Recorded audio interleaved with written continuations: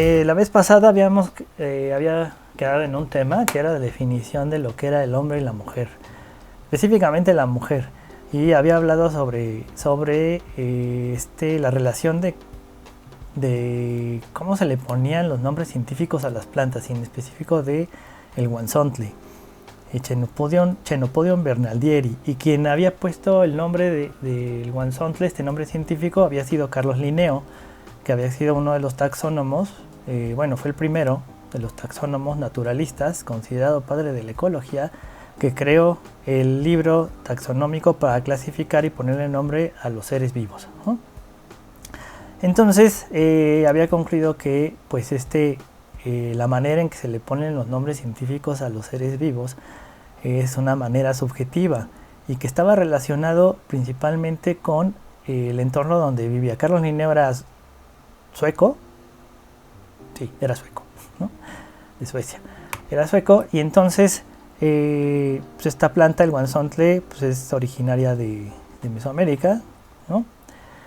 Y que él asoció la forma de la hoja del guansontle con la pata de los gansos, pero con las patas de los gansos de pie pequeño, ¿no? Que Chenopodium, les había explicado que significaba pata de ganso de pie pequeño, ¿no? Y había hecho esta asociación en el sentido que pues era su contexto, ¿no? En su contexto le ponía el nombre en latín a las cosas y así lo clasificaba, ¿no? Era una taxonomía binaria, es decir, el primer nombre es el género al que pertenecen a partir de la forma de las plantas, y que el guansontle estaba relacionado con el amaranto. Y el amaranto se parece mucho al guansontle, ¿no? Termina con estas pequeñas bolitas, ¿no? Que luego ya después expliqué que en la prehispania, antes de la conquista, el guansontle junto con el amaranto y otro tipo de plantas maleza la utilizaban los antiguos nahuas en sus templos para los ritos, y que el amaranto específicamente le daban, con las semillas del amaranto le daban formas de dioses, lo untaban con mieles o otros aglutinantes para crear estas figuritas en formas de dios. Y entonces la relación que tenían los antiguos prehispánicos con las plantas maleza como el guansontle o el amaranto era una relación significativa, más que nada divina y de deidades, ¿no? O sea, la planta no nada más como un instrumento ritual, sino que había una relación directa de la planta con la divinidad, una forma de conectarse con sus divinidades, con sus dioses. Y esa es la razón por la que durante la conquista, en 1521, cuando cae Tenochtitlan, se considera que es como el triunfo de la conquista de Hernán Cortés sobre Tenochtitlan, específicamente sobre el antiguo México. Y entonces a partir de unos años después, de 1521, prohíben el uso de este tipo de plantas, del guansontle o del amaranto, puesto que querían evitar su asociación de la planta con los dioses, ¿no? Y entonces yo terminé diciendo que esta manera de clasificación científica que hizo Carlos Linneo en su libro, no me acuerdo, de Especies Naturae, algo así se llamaba. Esta la hizo en 1735, lo publicó, este libro de las especies, que le habían llegado por medio de códices las imágenes de las plantas. Los códices, como les había explicado, son los documentos ilustrados, son documentos ilustrados de manera pictográfica por los antiguos pobladores de estas tierras, encargados por los señores del clero y por la corte para registrar los seres vivos de lo que ellos llamaron la Nueva España. Entonces Carlos Linneo se basó en estas ilustraciones, es decir, en la interpretación de cómo eran las plantas, y probablemente también al hacer mi investigación encontré que había una planta muy parecida al guansontle en Europa, que está en Europa, pero que no es la misma, pues entonces, y que esa planta creo que es del que le llaman guansontle cenizo, es una especie derivada de ahí que se da en Europa, que sí se parece su hoja a la pata de un ganso, ¿no? Y no al del guanzontle americano, ¿no? O mexicano. Bueno, entonces yo les decía que a él lo reconocían como poeta, ¿no? Por este tipo bueno, había un escritor sueco que le decía que Carlos Linneo había sido un naturalista, perdón, había sido un poeta que se había convertido en un naturalista, ¿no? Y esa es la relación que yo hacía del arte con esta forma de ponerle nombre a las cosas, ¿no? Pero nosotros le ponemos nombre a las cosas de acuerdo a la relación del contexto en el que vivimos. Y entonces terminé diciendo que, por ejemplo, yo había estudiado historia del arte. Bueno, yo soy artista visual, estudié artes visuales, pero en mis clases de historia del arte me enseñaban como origen de la historia del arte las pinturas de Lascaux, Francia, y las pinturas de España, Altamira, ¿no? Las pinturas prehistóricas, las primeras pinturas que produjo el ser humano y que hoy en día se reconocen como obras de arte.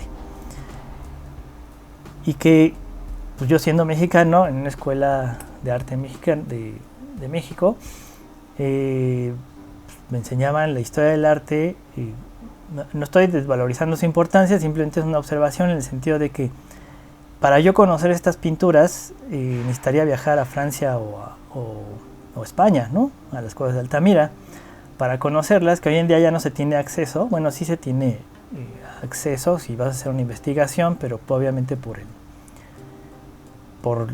deterioro que tuvieron estas pinturas por la visita de los turistas, de los visitantes observadores, por el dióxido de carbono, surge un deterioro. Entonces las cerraron en 1963. Y no sé si haya apertura al turismo. Bueno, hoy en día pues, obviamente no, por la pandemia, pero bueno. Me refiero a que esto estaban tan fuera de mi contexto, pues, ¿no? O sea, no tengo una relación dentro de mi vida, ¿no? Pero por ejemplo el guanzontle sí tengo una relación directa con él.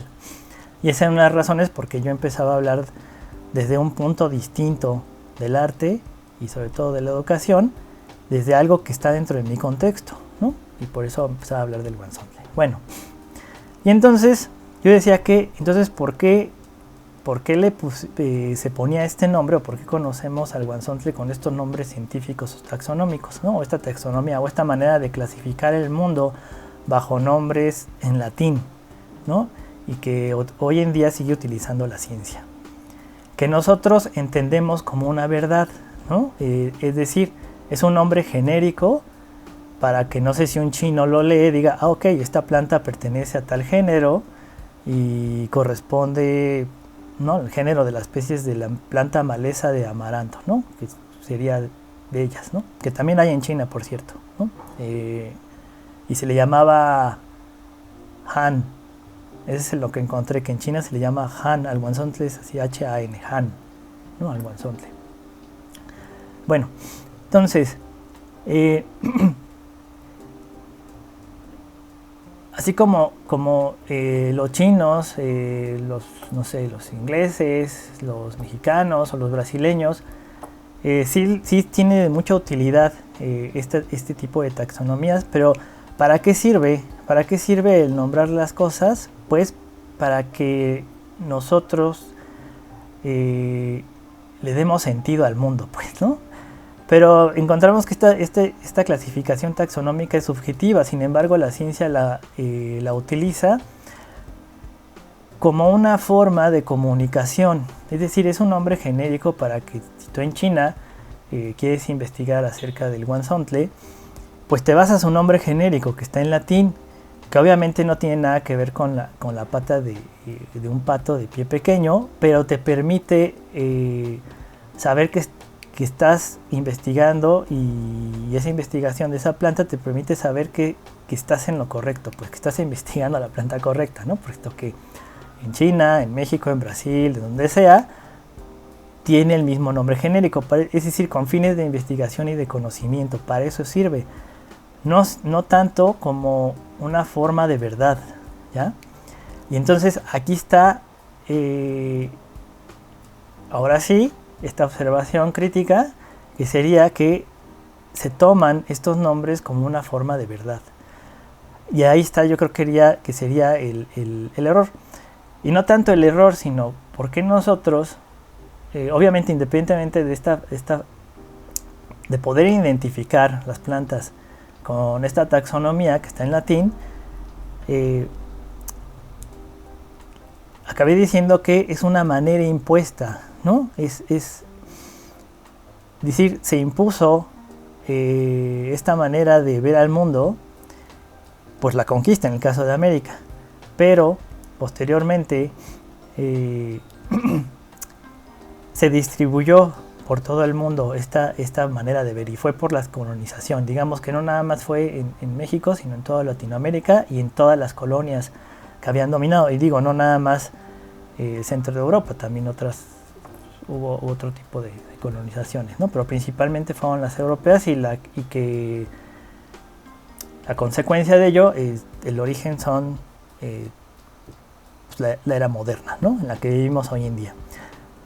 Bien, entonces de ello se debe a que las definiciones de arte también vienen bajo la visión centroeuropea occidental, y que a mí me hayan enseñado en los libros de historia en mis clases de historia del arte, libros que estaban editados y documentados por europeos, ¿no? Principalmente hay como 12 editoriales muy importantes, que es la Taschen y Paidós, ¿no? Que está hecha por alemanes, ¿no? Taschen principalmente, y Paidós no recuerdo principalmente qué país, ¿no? Pero bueno, son editoriales centroeuropeas, ¿no? Europeas. Y entonces no acaba en la conquista, digamos, esta imposición de la información o del conocimiento, ¿no? De una manera de darle sentido al mundo. Bien, entonces, ahorita voy a empezar a hablar sobre dónde viene la palabra mujer, dónde viene la palabra hombre, y qué relación tiene con el arte, ¿no? Ya para empezar ahora sí con la charla de hoy y no clavarme en el guanzontle, ¿no? Bien, entonces, yo les decía que esta imposición como forma de verdad no es tanto que te obliguen a decir, mira, esta es la verdadera cosa, sino que al convertirse en una forma de distribución del conocimiento, el libro, por ejemplo, quien documenta la historia, quien tiene la posibilidad o las herramientas de distribución del conocimiento y de su registro, entonces tiene el poder de comunicar las ideas a los demás y dar a conocer al mundo. Bueno, eso es lo que voy a explicar hoy, ¿no? Cómo se da ese proceso de conocimiento. Que está diciendo Berenice que Paidós parece que es de España. Creo que sí es de España esta editorial, ¿no? Pero bueno, España está ahí en el mero centro de Europa, ¿no? De Occidente, que fue el principal país que conquistó América, ¿no?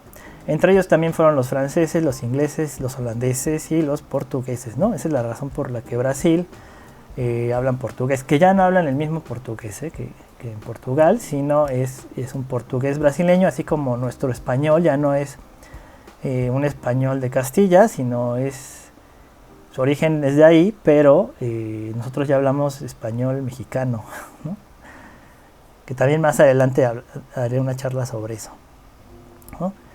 Bien, entonces vámonos con la siguiente parte, ¿no? Para eso les voy a poner imágenes porque sería muy aburrido verme hablando nada más. Y vamos aquí. 1, 2, 3. Listo. Soy medio novato en estas cosas de la... Ok.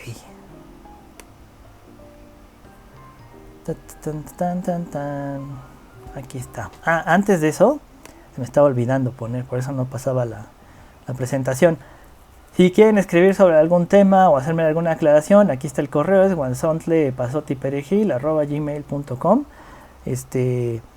ahí lo puedo ver, o mediante el chat de aquí del Facebook pueden escribir algún tema del que quiero hablar o hacerme alguna aclaración, y pues después lo vamos a comentar al final de charlar sobre el tema. Les voy a ver los comentarios o alguna pregunta, si quieren hacer alguna pregunta también, ¿no? Pues pueden hacer en cualquier momento, ¿no? Bien, entonces ahora sí, aquí está, y listo. Bien, el tema de hoy es mujeres, hombres, las ideas, la forma y el arte, ¿no? Aquí se los voy a poner más en grande y así ya lo podemos ver bien, ¿no? Sí, iba a decir cuál es la definición de mujer, es decir, de dónde viene la palabra mujer, dónde viene la palabra hombre, quién la puso, también quién puso la palabra hombre, y las ideas, ¿no? Porque los nombres vienen de esta asociación, es decir, ya no voy a hablar tanto del lenguaje, sí voy a clavar un ratito ahí, sino también voy a hablar de la experiencia, de dónde vienen las ideas también, ¿no? Y de la experiencia, es decir, las relaciones subjetivas y las relaciones sensibles que tenemos con el mundo, pues, es decir, el sentir, con el tacto, el oler, el ver, el escuchar, ¿no? A eso me refiero, qué relación tiene con la forma y cómo se vincula con lo que llamamos hoy arte, ¿ya? Bien, entonces, vámonos para acá. Y pasamos a la siguiente. Y entonces, esta es una de las imágenes. Me acabo de dar cuenta que sale con fondo transparente porque es una imagen PNG y salen con transparencias. Pero bueno, está bien. Aquí tenemos la imagen de un hombre y una mujer. Y esta imagen es la que ahorita les digo exactamente de dónde viene. Bueno, esta la utilizaron, la NASA la utilizó en el lanzamiento de un explorador, o sea, es decir, una nave espacial sin tripulantes, el Voyager, ahí está, el Voyager 1, ¿no? Y se llamó, no, fueron dos, el Pioneer 11 y Voyager 1 y 2, representando a un hombre y a una mujer, ¿no? Esto fue en un disco digital de oro, fabricado en oro para evitar el oro es uno de los metales que no se corroe, ¿no? Y es el más preciado en la tierra, ¿no? Ok. Y de hecho la especie del hombre, del género Homo, de ahí viene el nombre de hombre, que ahorita voy a explicar, viene de Homo con H y es Homo sapiens sapiens. Y fue Carlos Linneo quien le puso a la especie, ¿no? En 1758 fue el que lo dominó así, ¿no? De la familia Hominidae, ¿no? De ahí viene, todo esto que les estoy diciendo viene en ese disco junto con esta imagen representativa del hombre y la mujer, ¿no? O del varón y la mujer, ¿no? Ok. Y fue mandado en estos exploradores, que son naves espaciales que ya salieron del sistema solar y siguen en el espacio perdidos, ¿no? Bien, estos son, pero quiero que, ahí ya le hice chiquita, pero fíjense cómo al hombre, obviamente aquí están, esto fue enviado por los Estados Unidos, ¿no? La NASA, que es el Centro Aeroespacial Norteamericano, obviamente se basó en sus fenotipos, ¿no? Para representar al hombre y la mujer. Entonces está representando, pues, a un hombre, pues sí, puede decir de características norteamericanas, caucásico, ¿no? Puedo decir que es blanco, ¿no? No tiene representación de un hombre negro o africano, pues. Y una mujer, pero en el caso de los genitales son representados de una manera, sí está bien que sea sintético, pero no le ponen vulva ni vello púbico, ni al hombre ni a la mujer. Digo, son tan depilados, ¿no? A los dos. Es extraño, ¿no? Si es la representación del ser humano, pues el ser humano tiene vellos por todos lados, ¿no? Y aquí no le ponen vellos, aunque sea un dibujo sintético, ¿no? Son como unas representaciones, pues, de estas como del libro de texto de la SEP, pero hasta creo que los libros de texto de la SEP están mejor ilustrados, ¿no? Bueno, entonces, No tiene vulva la mujer, por ejemplo, el pene está, no se ve, no tiene vello púbico, y bueno, son dos representaciones del hombre y la mujer, ¿no? Que fueron bien hacia el espacio y ahí están volando en el espacio. Bien. Con fines de comunicación, para que si se los encuentra un extraterrestre, pues le dé cierta información de qué es el planeta Tierra, ¿no? Bueno, eso está bonito, pero bueno, eso fue la idea. Bueno, ¿qué es la definición de mujer? Entonces, aquí les voy a, primero, antes de decir de dónde viene etimológicamente la palabra mujer, les voy a leer unas definiciones del diccionario de la Real Academia Española. Obviamente, este diccionario su origen es español, como lo dice, y es de la Real Academia Española, o sea, viene de la monarquía, ¿no? Entonces, la idea es de dónde viene, o sea, cuáles son las concepciones de la mujer según esta fuente, ¿no? Entonces las voy a leer, algunas de ellas, y para que nos demos cuenta de cuál es la definición de la mujer según la RAE. Ok. Aquí ya lo tengo. Dice, de latín, mulier, mulieris, ¿no? Que después de leer las definiciones les voy a explicar de dónde viene mulier, ¿no? Entonces, definición de mujer. Uno, femenino, que dice de persona del sexo femenino. Mujer que ha llegado... ay, perdón. Mujer que ha llegado a la pubertad o a la edad adulta. O sea, aquí establece un periodo, un estado de tiempo de la mujer, ¿no? Nada más dice sexo femenino, mujer que ha llegado a la pubertad o a la edad adulta. O sea, una mujer solo es mujer cuando ya pasó o ya llegó a la pubertad o a la edad adulta. Habrá que saber cuándo es cuando llegó a la edad adulta. Una mujer que tiene las cualidades consideradas femeninas por excelencia. Ok, que tiene cualidades consideradas femeninas por excelencia. La cuarta definición es mujer que posee determinadas cualidades. Mujer de honor, de tesón, de valor. Ok, tiene otra expresión que dice, esa sí que es una mujer. O sea, mujer es aquella que tiene cualidades femeninas y que son determinadas cualidades que las hace mujer. Luego, la número 5 es mujer casada con relación al marido.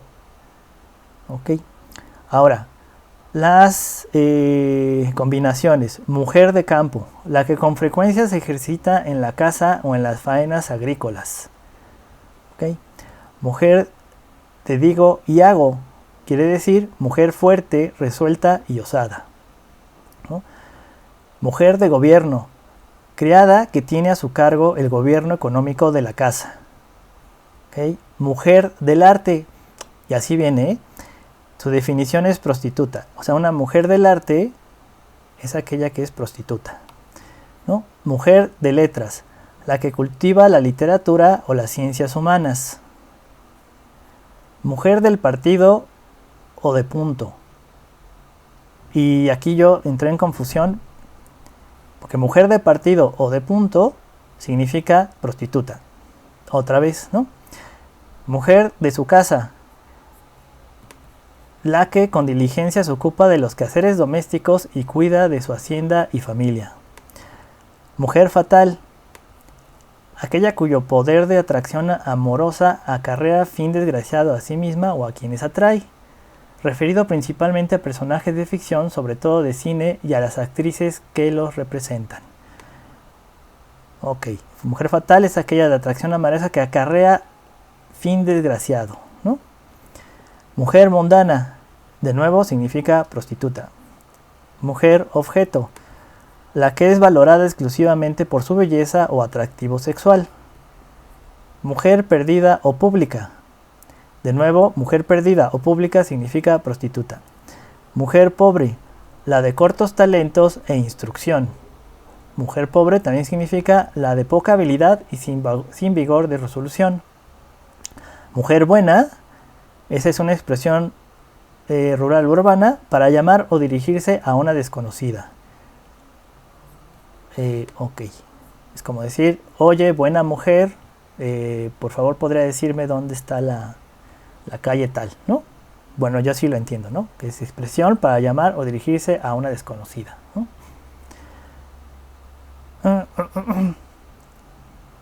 Ok, y luego vienen, bueno, otras acepciones de definiciones y combinaciones que dice hacerse una mujer. ¿Qué significa hacerse una mujer? Del verbo llegar a ser madura y responsable de sus actos. Ser mujer.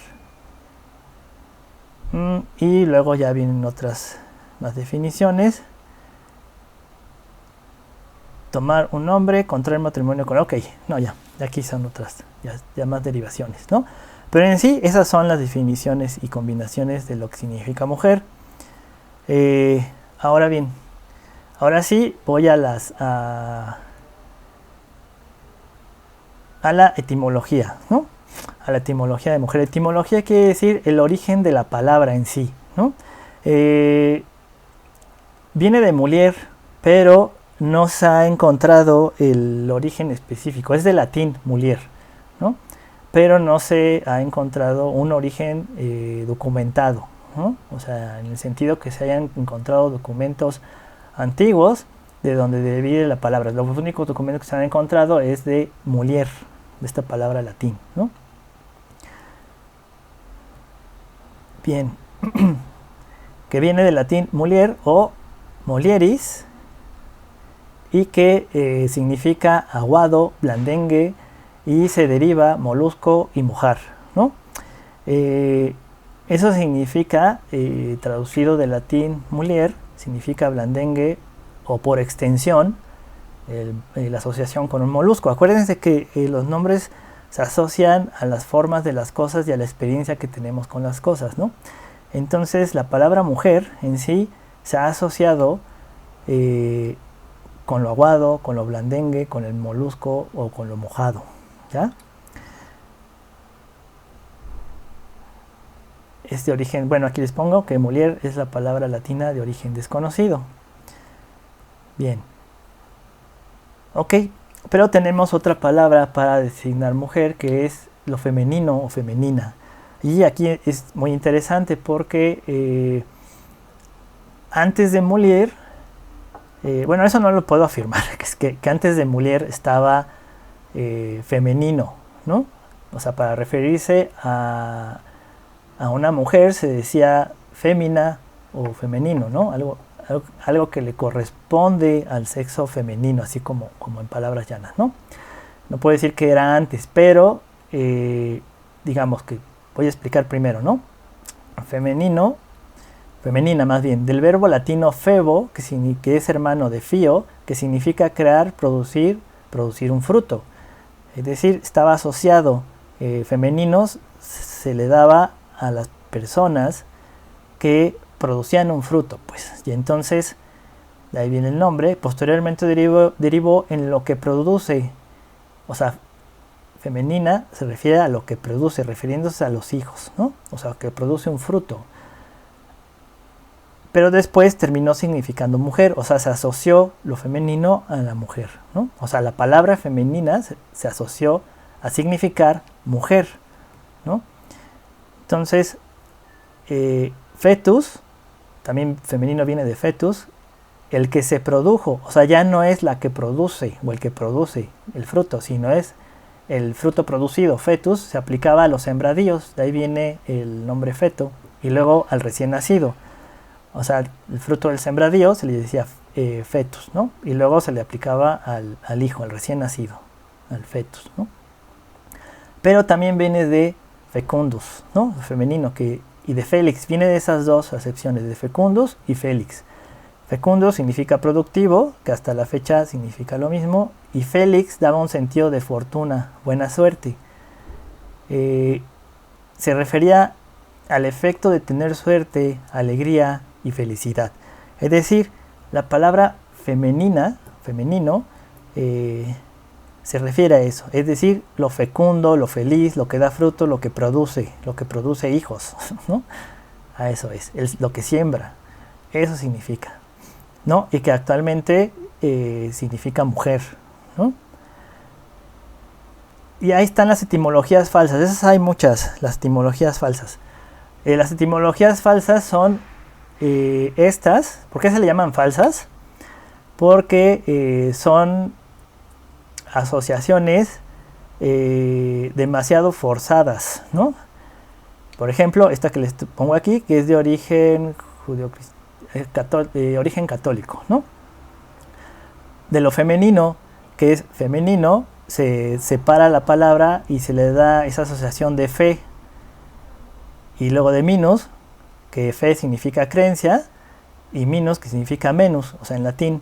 Y entonces femenino era la que menos cree. Pero esto bajo una mitología católica basada en la Biblia, de Adán y Eva, y que digamos que Eva es la que corrompe la fe de Adán y hace que muerda la manzana, que simbólicamente significa el conocimiento, ¿no?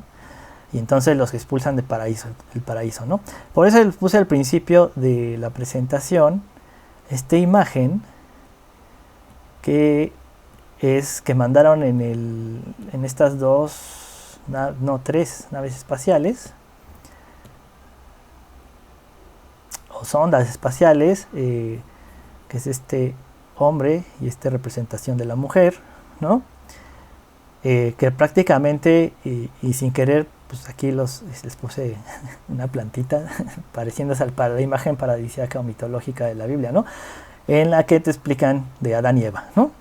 Estas cuestiones de género. Ok. Bien. Entonces, tenemos que la palabra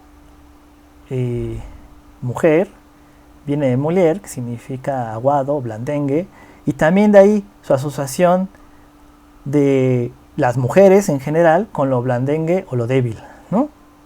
Es decir, como el sexo débil, ¿no? Que generalmente, históricamente, así el hombre las ha nombrado y se les ha asociado con esa idea, ¿no? Por eso dije, voy a hablar también de las ideas que tienen que ver con la experiencia de las cosas.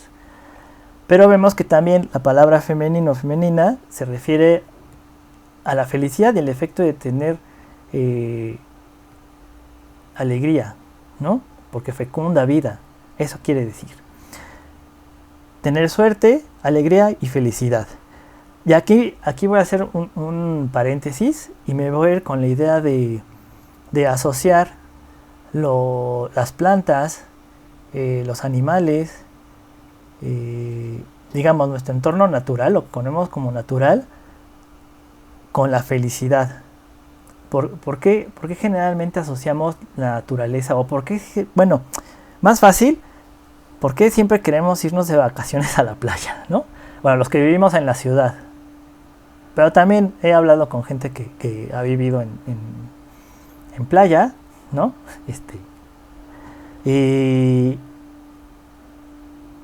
Y también, cuando no estaban estudiando, me cuentan que cuando viven sobre todo al lado de la costa, pues, o sea, en la playa, ¿no?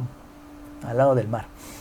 Me cuentan que pues, sus ratos libres que hacían, pues irse a nadar a la playa, ¿no? Al agua, a tomar el sol, a beber, a comer, ¿no? Ahí a la playa, pues, aunque vivan ahí, aún así lo disfrutan mucho, pues, ¿no? Y obviamente los que vivimos en la ciudad siempre queremos estar yendo a la playa, ¿no? Donde está el sol. De hecho, en Inglaterra, no lo sé, me pueden ustedes también aclararlo si es que me estoy equivocando. En Inglaterra dan día libre cuando el sol sale, o sea, como el sol de hoy, que está a todo lo que da, resplandeciente, ¿no? Cuando hay un sol así en Inglaterra, es un día sin trabajo. Ese día se suspenden clases, ¿no? O sea, ese día no hacen nada. Se van todos se suspenden labores y todos disfrutan el sol, ¿ya? Porque Inglaterra tiene una característica que pues sí, es una isla, y que las aguas, entiendo que las aguas tropicales, una corriente de aguas tropicales con una temperatura más elevada pasa por ahí y se junta con otra corriente de agua muy fría, y entonces todo el tiempo genera se evapora el agua por este contacto directo del agua caliente fría, se evapora, y todo el tiempo en Inglaterra por eso está nublado, y de ahí las películas estas de Sherlock Holmes donde están investigando allá que el destripador y todo está nublado y y todo es brumoso y neblinoso y no se ve, ¿no? No se ve en esta ciudad industrializada llena de tabiques y carbón y, bueno, y gente muriéndose de frío, ¿no? Y todo el tiempo lloviendo. De ahí viene, ¿no? Porque su ambiente es así. Entonces cuando hay sol, pues obviamente hay día libre porque pues, el sol da vida, ¿ya? Entonces, eso es, pues, es decir, todo lo que asociamos con la vida nos da alegría. Lo que nos da calor, nos da energía, o sea, nos quita el frío. Entonces, eso lo vamos a entender como que nos gusta, pues. Y lo que nos gusta lo entendemos como bello. Entonces, aquí hay una relación de la palabra femenino con lo bello, con lo que da vida. O sea, es una asociación estética, ¿no? Y estética es lo que estudia específicamente lo bello. O sea, ¿qué es lo bello? La estética es esta parte de la filosofía que estudia lo bello, ¿no? ¿Y la filosofía qué es? La filosofía la podemos definir como el amor al conocimiento. Es decir, un filósofo es aquel que se dedica a buscar distintas posibilidades de conocer el mundo, pero desde el pensamiento, es decir, desde la teoría. Y entonces, desde la teoría, es decir, desde las ideas. O sea, un filósofo es alguien que piensa todo el tiempo, se la pasa pensando en cuáles son las posibilidades, otras posibilidades distintas de conocer el mundo, ¿no? O sea, filosofía significa amor al conocimiento, el que está unido al conocimiento. Pero son ideas, son teorías, ¿no? Por eso leer a un filósofo es difícil, porque es un texto. O sea, no es algo que puedas comerte, ¿no? Como una manzana o como una papa, ¿no? Como una papa tengo aquí. Y ahorita voy a hablar de la papa. Bueno, no de la papa, sino de las ideas a partir de la papa, ¿no? Entonces, esa es una asociación muy bonita, la relación entre lo femenino, ¿no? O sea, lo femenino es lo que produce vida, ¿ya? Entonces, pero obviamente por estas etimologías falsas, con fines de manipulación y políticos, se asocia, termina significando mujer, y vemos que la palabra mujer significa blandengue, significa molusco, lo aguado, ¿no? Y lo mojado, lo débil, ¿no? Bien, entonces, ¿pero qué tiene que ver esto con la experiencia y con el mundo de las ideas y con la filosofía y la belleza, ¿no? Entonces, ya tenemos que lo que nos causa, que nos gusta mucho, es lo que asociamos con lo que da vida, con lo que da alegría. Y lo que da alegría es la vida, el sol, el calor, las plantas. Por ejemplo, el guanzonte es un alimento, el amaranto, de hecho se llama alegría el amaranto, ¿no? Es una planta que es muy nutritiva. De hecho, cuando no como, pues bueno, la mayoría de la gente cuando se le pasa la hora de la comida, pues se enoja, ¿no? Te pones de mal humor, ¿ya? Es decir, el mal humor se te quita comiendo, ¿no? Disfrutando la vida. O sea, disfrutar la vida es eso, es comer, ¿no? Bueno, fuera del paréntesis, vamos directamente al tema. Entonces, bueno, estas etimologías falsas, obviamente, la religión, la fe católica, le interesaba políticamente y significativamente asociar la idea de la mujer como lo diabólico, como lo blandengue, como lo que no tiene fe. Y eso lo voy a explicar más adelante, ¿ya? Y que tiene que ver con las ideas, es decir, con el mundo ideológico. Es decir, muchas veces decimos, ¿cuál es tu ideología, no? Pero generalmente lo decimos con la política, ¿no? ¿Cuál es tu ideología? ¿De derecha, izquierda, de centro, izquierda, etcétera, etcétera? Es decir, ¿qué posición política tienes? O sea, ¿en qué ideas te basas para decidir lo que haces en el mundo, ¿no? Eso es. Pero bueno, entonces, políticamente, las creencias religiosas siempre han manipulado las ideologías con fines de control, ¿no? En general, todas las religiones, no nada más la católica, todas las religiones han tenido fines de control y de manipulación ideológica para controlar tus actos en el mundo, ¿ya? Ok, entonces específicamente en Occidente la fe católica es la que le interesaba asociar a la mujer como algo maligno, ¿no? Bien, pero ¿qué tiene que ver esto con el arte? Que el arte,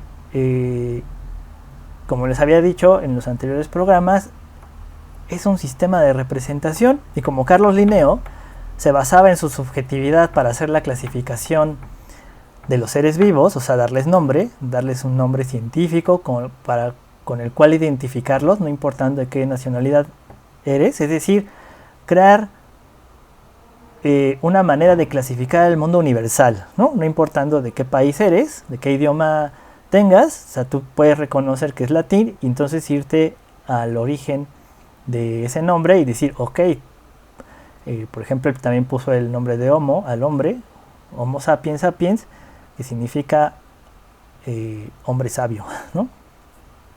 Bueno, pero ¿qué tiene que ver con el arte en ese sentido? Que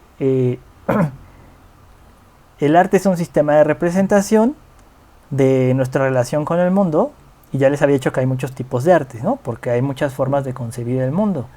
Pero entonces, en esta idea de control y manipulación, o sea, de crear una forma de que tu cultura sea la que dicte y de darle sentido al mundo, es decir, no hay otra cultura más que le dé sentido al mundo más que la mía. Por eso es la importancia de generar conocimiento se hace en libros, porque quien tenga el poder de publicar los libros tiene el poder de distribuir su conocimiento y de que otros más los lean y decir, mira, si está escrito en un libro, en un documento, entonces es verdad, ¿no? Entonces así se puede decir que se impone, ¿no? Un cierto tipo de conocimiento sobre otro. Mientras que los otros, si no quedan registrados en ningún lado, entonces pues no hay manera de que permanezcan en el mundo para conocerlos.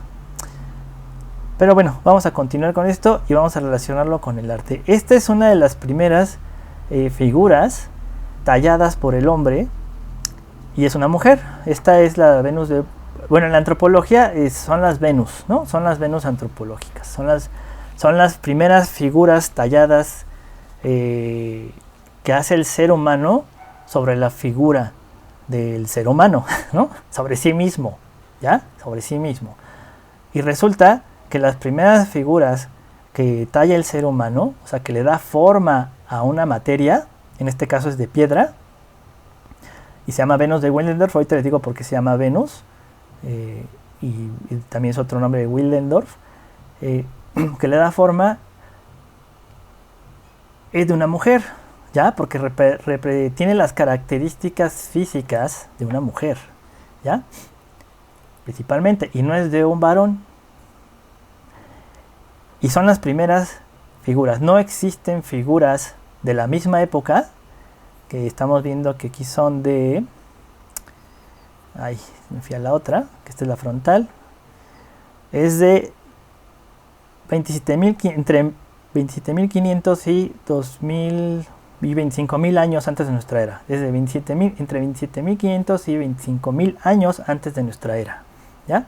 Antes de nuestra era es antes de las primeras civilizaciones antiguas. Ajá. Entonces, para darles un dato, ¿no? Digamos, en todos los libros que tengan... Toda la información o los libros van de acuerdo a una posición ideológica y política y religiosa. Entonces, si un libro dice AC, es antes de Cristo, ¿ya? Eso quiere decir que es que quien lo escribió, ese libro, está hecho bajo una estructura política judeocristiana, católica, apostólica, romana, ¿no? Que entonces consideran las fechas antes y después de la existencia de Cristo. Pero bueno, eso ya está en discusión porque eso es un mito, ¿no? Entonces, en mi caso, yo para evitar caer en esas posiciones ideológicas pongo antes de nuestra era, ¿no?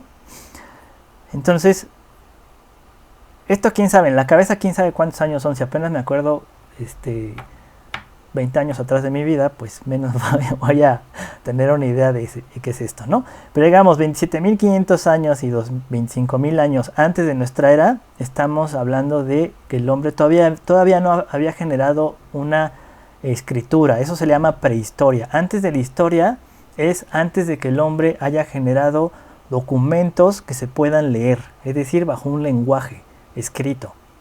Entonces, aquí estamos hablando de otro tipo de lenguaje. Este es un lenguaje formal. Por eso dije, voy a hablar de las mujeres, de los hombres, de las ideas, de las formas y el arte. En este caso, estamos hablando de cosas prehistóricas, es decir, antes de que el hombre generara un lenguaje y lo escribiera y entonces se pudiera leer. Todavía no lo tenía. Entonces, las primeras formas de generar documentos que el ser humano, las personas prehistóricas generaron documentos, es dándole forma a objetos, ¿no? A las piedras, a los huesos de animales, pintando con la sangre o con polvos de tierras sobre los muros de sus cuevas donde vivían, ¿no? Esas son las primeras intervenciones del hombre sobre lo que nosotros llamamos naturaleza. La naturaleza es todo aquello que no tiene una intervención del hombre sobre ello, ¿no? Eso es lo que conocemos como naturaleza. Cuando nosotros ya intervenimos, digamos, la agricultura ya es una intervención del hombre sobre el crecimiento de las plantas, ¿no? Eso ya es una tecnología, ¿no?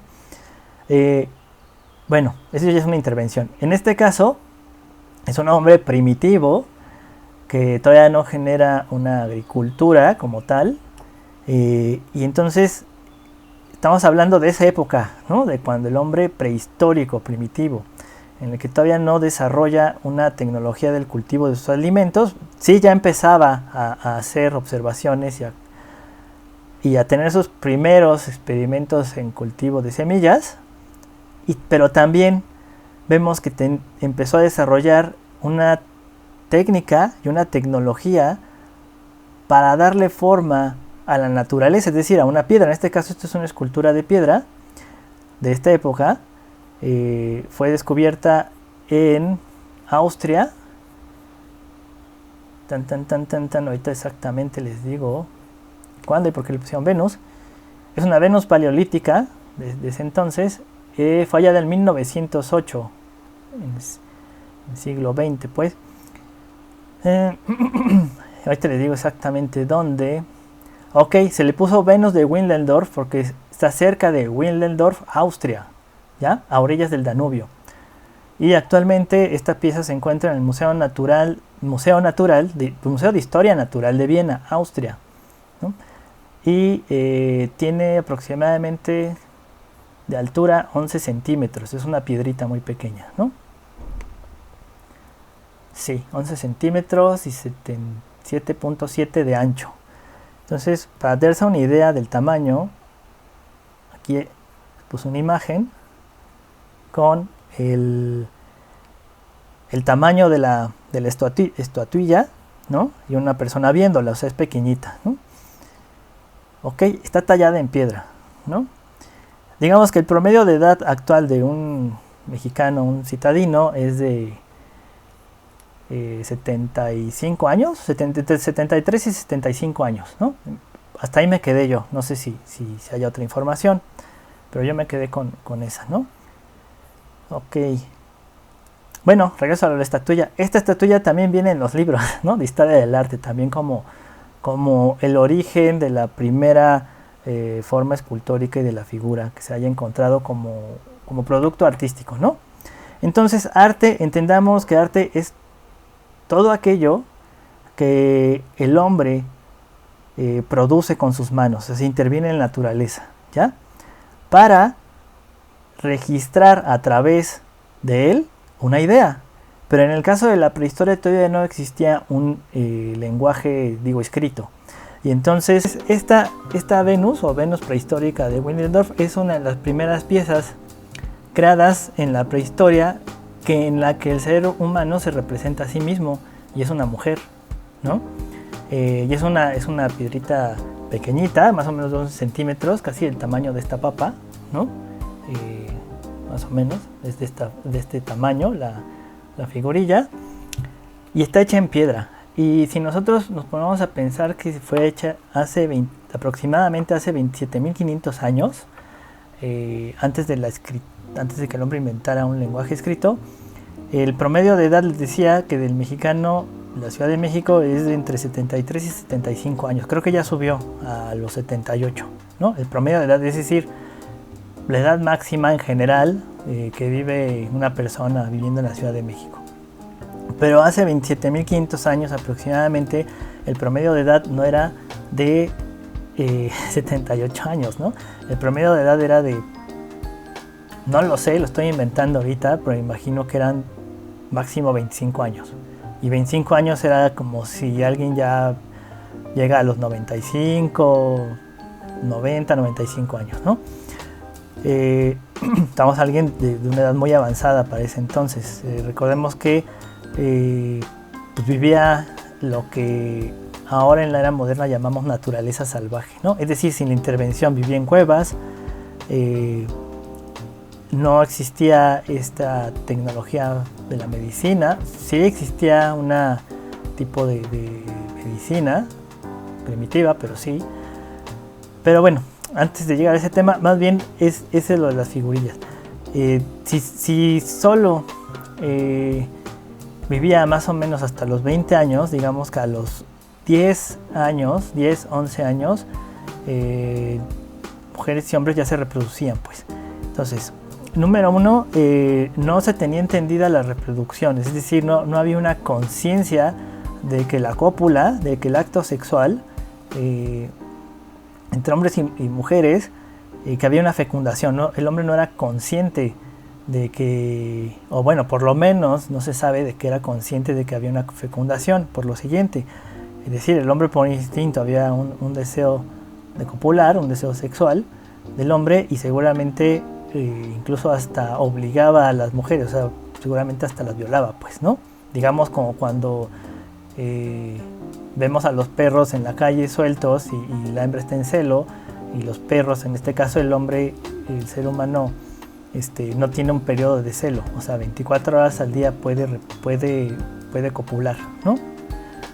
Y entonces, en el caso de los perros, sí, las hembras entran en celo, sueltan una serie de químicos y entonces el perro literalmente la monta, ¿no?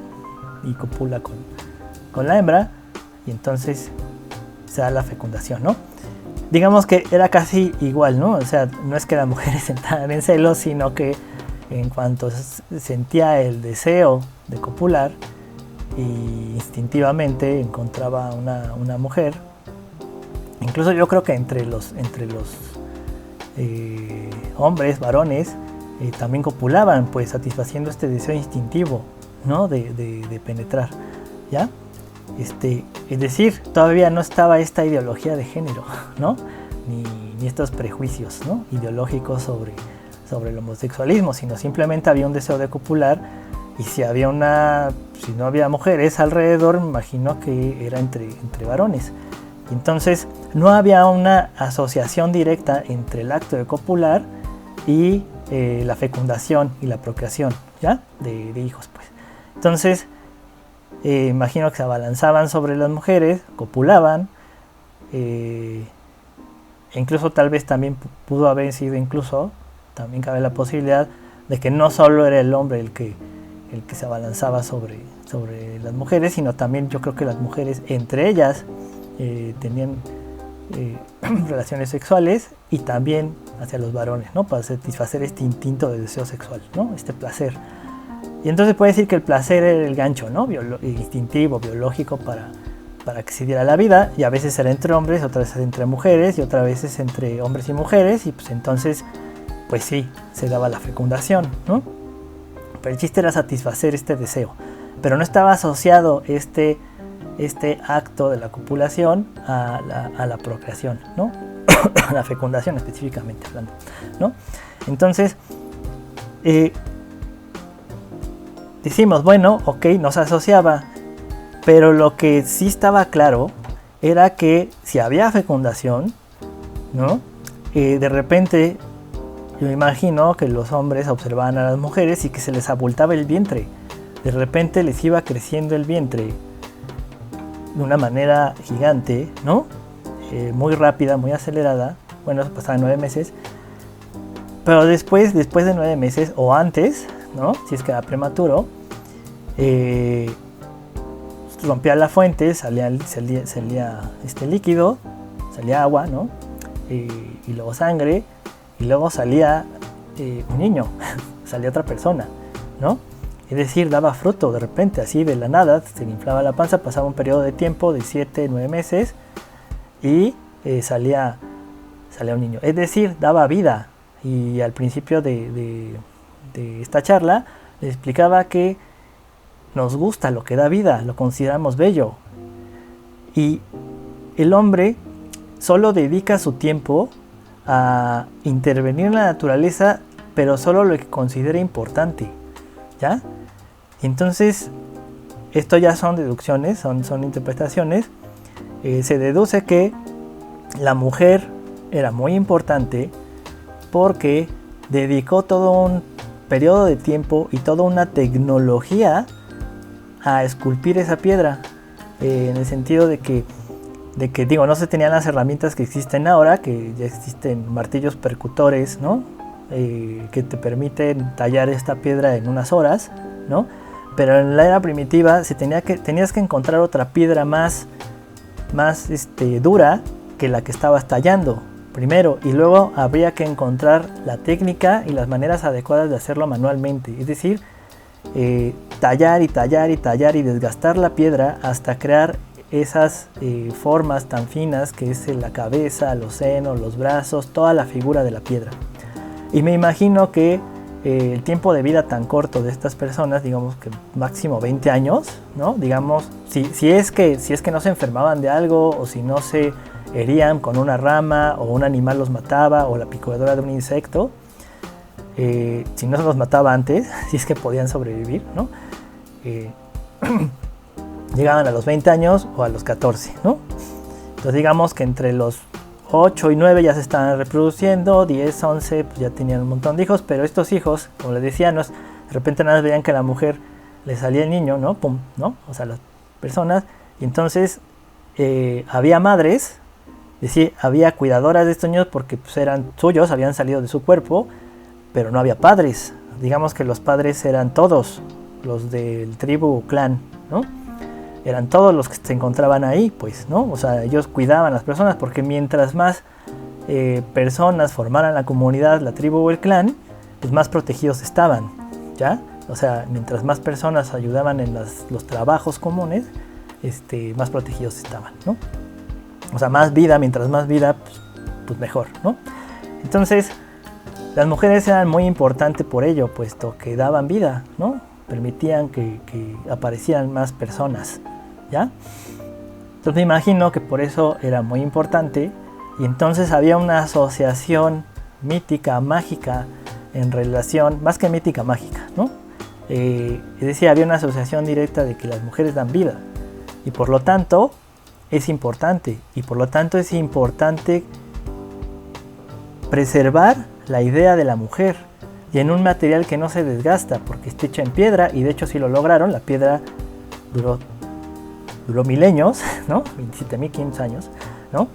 Y hasta la fecha la encontraron, y entonces sabemos que estos hombres les importaba mucho la mujer, y es una de las primeras representaciones creadas por el hombre, que ahora llamamos obra artística, pero antes pues, no había esa concepción, sino lo llamamos obra artística porque es una intervención del hombre sobre la naturaleza, sobre una piedra, y que permitió que esta piedra nosotros supiéramos que la mujer en la prehistoria era muy importante, puesto que da vida, ¿ya?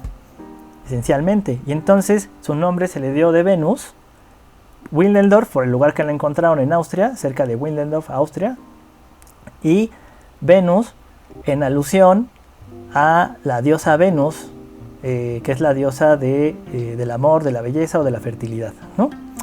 Entonces, dijeron los antropólogos, decidieron nombrarle Venus como representante de la belleza, de la fertilidad, ¿no? Y se le asocia la fertilidad por la forma que tiene, parece que está obesa, ¿ya? Digamos, también asociaban, o sea, cuando una mujer está embarazada, pareciese que está obesa, ¿no? Entonces, si asociamos la idea de una mujer obesa a la fertilidad, ¿no? O sea, entonces el ideal de belleza estético, digamos, de la forma de la mujer no es como el actual, que sería delgado y que no era mal visto lo obeso. Realmente yo creo que ellos veían a una mujer obesa, digamos, con grasa, con carnes, ¿no? Como una mujer bella, porque eso significaba para ellos es alguien que da vida, ¿no? Y una mujer delgada tal vez la veían como una mujer enferma. Digo, esas son interpretaciones que yo estoy haciendo, pero me suena lógico, ¿no? Y bueno, yo lo voy a dejar hasta ahí y mañana ya continúo con este mismo tema de la relación, de la forma, las ideas. Les voy a explicar más bien ya cómo se dan las ideas a través de la forma y este rollo de género, ¿no? El género como una ideología entre hombre y mujer y los nombres. Y por último, nada más quería decir que sobre el tiempo, ¿no? Y sobre el tiempo que dedicaron estos hombres. Es decir, seguramente esta figurita no la hizo una sola persona, sino que le hicieron varias personas, ¿no? Y no sé, bueno, eso no lo podemos saber, si lo hicieron los hombres, o sea, varones, o se lo hicieron mujeres. Yo creo que más bien la han de haber hecho mujeres, ¿ya? ¿Por qué? Porque se estaban, o sea, ¿cómo puedes representar? Obviamente un hombre sí puede a través de la vista representar una mujer, pero digamos que requiere mucho tiempo de observación, ¿no? Y ya mañana veremos que en las pinturas rupestres quienes están representados, las figuras masculinas están representadas en las pinturas, más no en figuras, ¿no? Y estas figuras masculinas están representadas en la casa. Entonces yo creo que si el hombre a sí mismo se representa a sí mismo cazando, las mujeres se representaron a sí mismas, ¿ya? Con esa lógica, pues, ¿no? Y que requiere mucho tiempo de observación. Y si los hombres se las pasaban cazando o haciendo otras actividades, las mujeres pues, se ven a sí mismas, ven otras mujeres, se conocen mejor, pues conocen mejor su cuerpo, ¿ya? Y entonces puede representarse a sí misma por medio de esta figura. Pero la idea de hacerla en piedra es para que perdurara en el tiempo. Y además, como su periodo de vida era muy corto, supongo que había grupos de mujeres que le enseñaba una y a otra cómo tallar esta piedra, ¿ya? Y pasaba de generación en generación hasta haberla acabado, ¿no? Hasta llegar a este punto, ¿no? Bien, entonces, hasta hoy sería la conclusión de hoy. Bien, entonces nos vemos.